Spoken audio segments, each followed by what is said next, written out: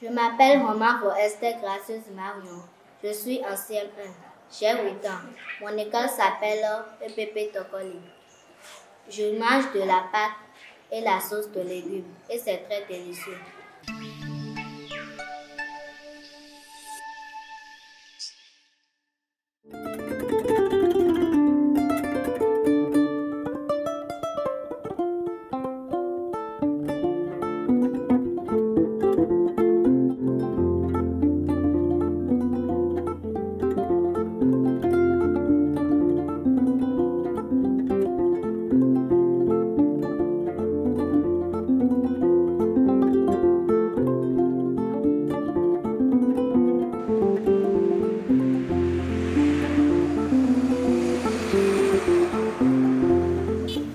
Venus dans le cadre des activités du projet Mystery Food. Alors, vous le connaissez à moi.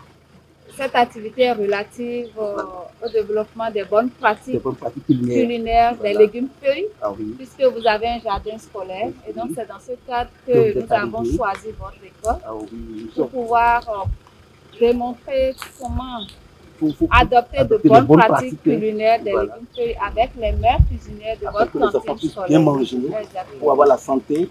Quand l'enfant a la santé, ça lui donne beaucoup plus l'intelligence. Et puis, bon, ça essaie d'augmenter sa performance scolaire. L'initiative du jardin scolaire, ça date de quand? Oui, l'initiative, ça date de l'année passée. Okay. Où, en fait, on est parti d'abord des matériaux ordinaires, traditionnels. Puis, cette année maintenant, Mystery Food est venu nous donner ce jardin grillagé que les gens beaucoup admirent. Ils sont en train d'admirer et même ça suscite une jalousie. Ah bon, à ce point? Mais quels sont les avantages de ce jardin? Oh mon Dieu, je dis, on a tout.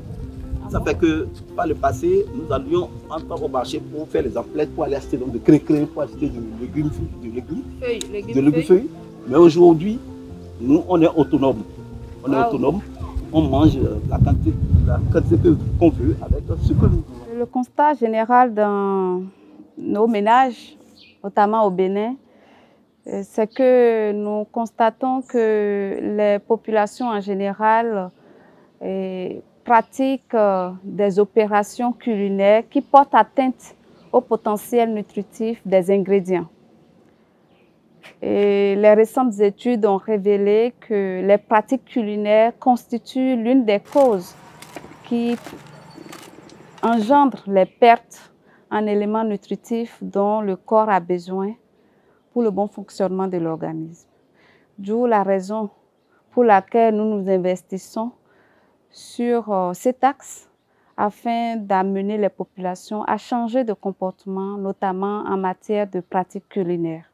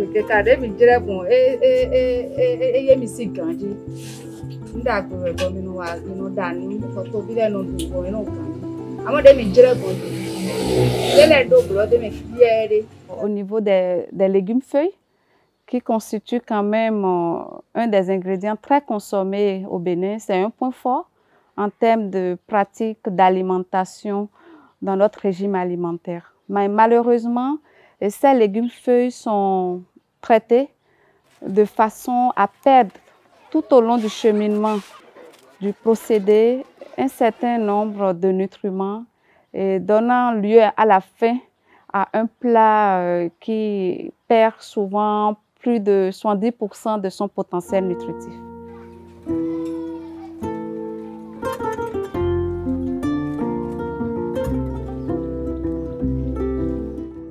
Après avoir enlevé de la tige, vous avez commencé par découper.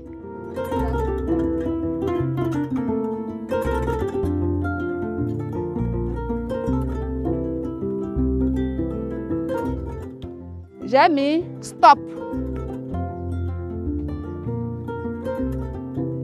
J'ai mis stop parce que c'est quand vous avez coupé petit que vous avez lavé après. Et quand vous avez lavé, l'eau était verte. Ça veut dire que les vitamines qui sont dans les feuilles là, vous avez perdu une partie dans l'eau. Donc, il ne faut pas couper avant de laver. Vous avez ramené du jardin, vous enlevez des tiges, équetages, et après vous lavez d'abord. D'accord? C'est après avoir lavé que vous allez couper finement. Ces légumes-feuilles sont pré-cuites selon les règles qui ne sont pas conformes, puisque vous savez que ces légumes-feuilles pré-cuites, déjà découpées finement avant d'être lavées, perdent une partie de leur potentiel nutritif en micronutriments. Et la pré-cuisson également se fait pendant une durée un peu plus longue, plus de 20 minutes, au-delà des normes, parce que passé 10 minutes de pré-cuisson, le potentiel nutritif est atteint.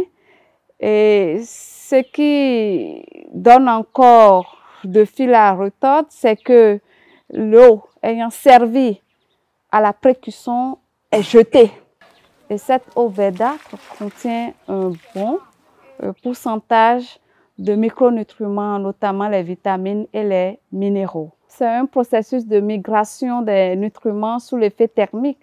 Donc du coup, lorsque déjà les légumes-feuilles sont préalablement découpés finement, c'est que les celluloses sont fragilisées et donc ces nutriments qui sont dans les cellules se retrouvent aisément dans l'eau de cuisson. Mais cette eau de cuisson pouvait être valorisée pour que cette perte soit récupérée, mais ce n'est pas le cas dans nos pratiques et cette eau est jetée.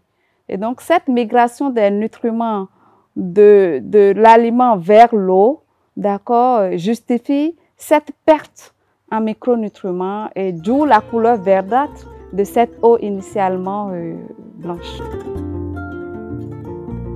Alors, pour faire la synthèse, comme c'est la cellulose et ça cuit vite, d'accord, vous n'avez pas besoin de faire de pré-cuisson. Quand vous lavez, vous découpez finement cela et c'est dans votre sauce que vous versez les légumes-feuilles lavés, découpés finement dedans.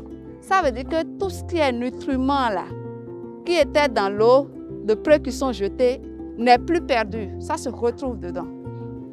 C'est clair? Donc, pour les légumes-feuilles, on n'a pas besoin de faire de pré-cuisson à part. On lave correctement, 3 fois au moins, on découpe, on laisse égoutter et lorsque la sauce bout, on verse dedans, ça cuit dedans.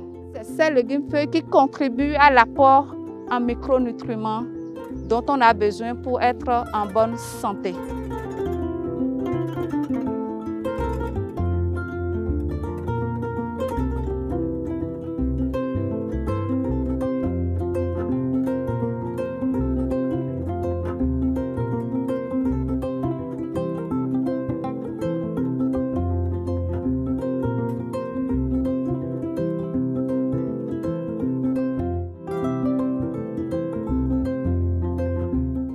Le mercredi, on mange de pois jaunes.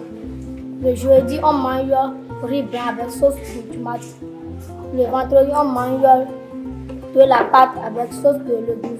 Aujourd'hui, j'ai mangé la pâte avec de la sauce de légumes. J'ai mangé, c'est très bon.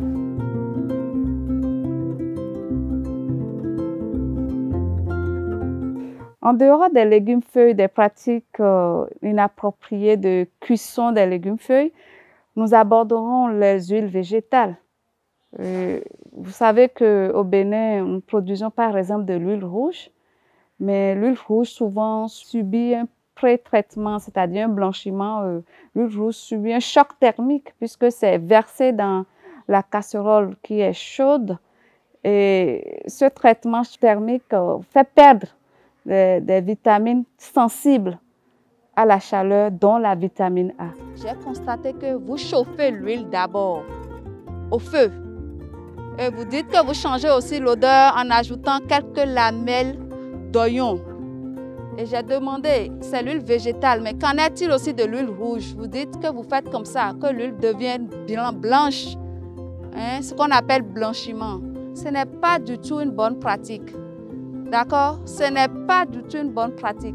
À partir d'aujourd'hui, là, est-ce que vous vous engagez de ne plus chauffer l'huile? Vous savez pourquoi? Quand on chauffe l'huile, ça détruit tout ce qui est vitamine. Et souvent, les huiles sont fortifiées en vitamine A. Et la vitamine A, ça joue un rôle très important pour les yeux et pour le système immunitaire, la capacité à se défendre contre les micro-organismes, les maladies. OK? Et donc, l'huile ne passe pas au feu en premier. Vous mettez d'abord vos condiments. Et c'est après vous ajoutez l'huile. Mais quand il s'agit de l'huile rouge, c'est même mieux de l'ajouter à la fin de la cuisson. Vous faites le mélange et vous l'enlevez du feu.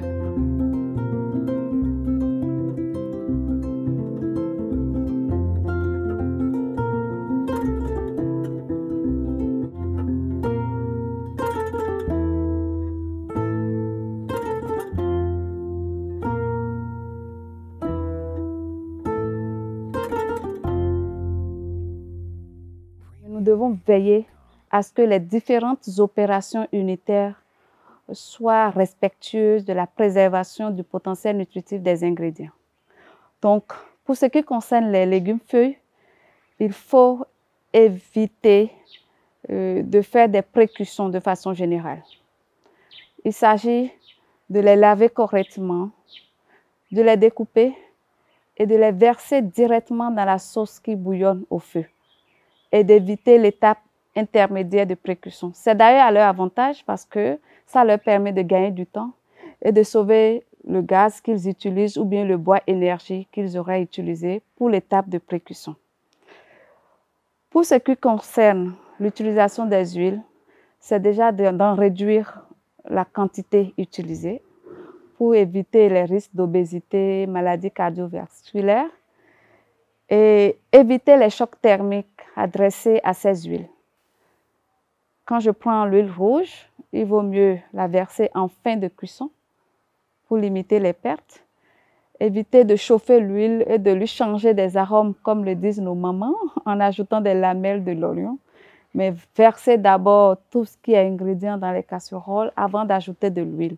Là, on a une matrice qui atténue le choc thermique que pourraient recevoir les huiles végétales.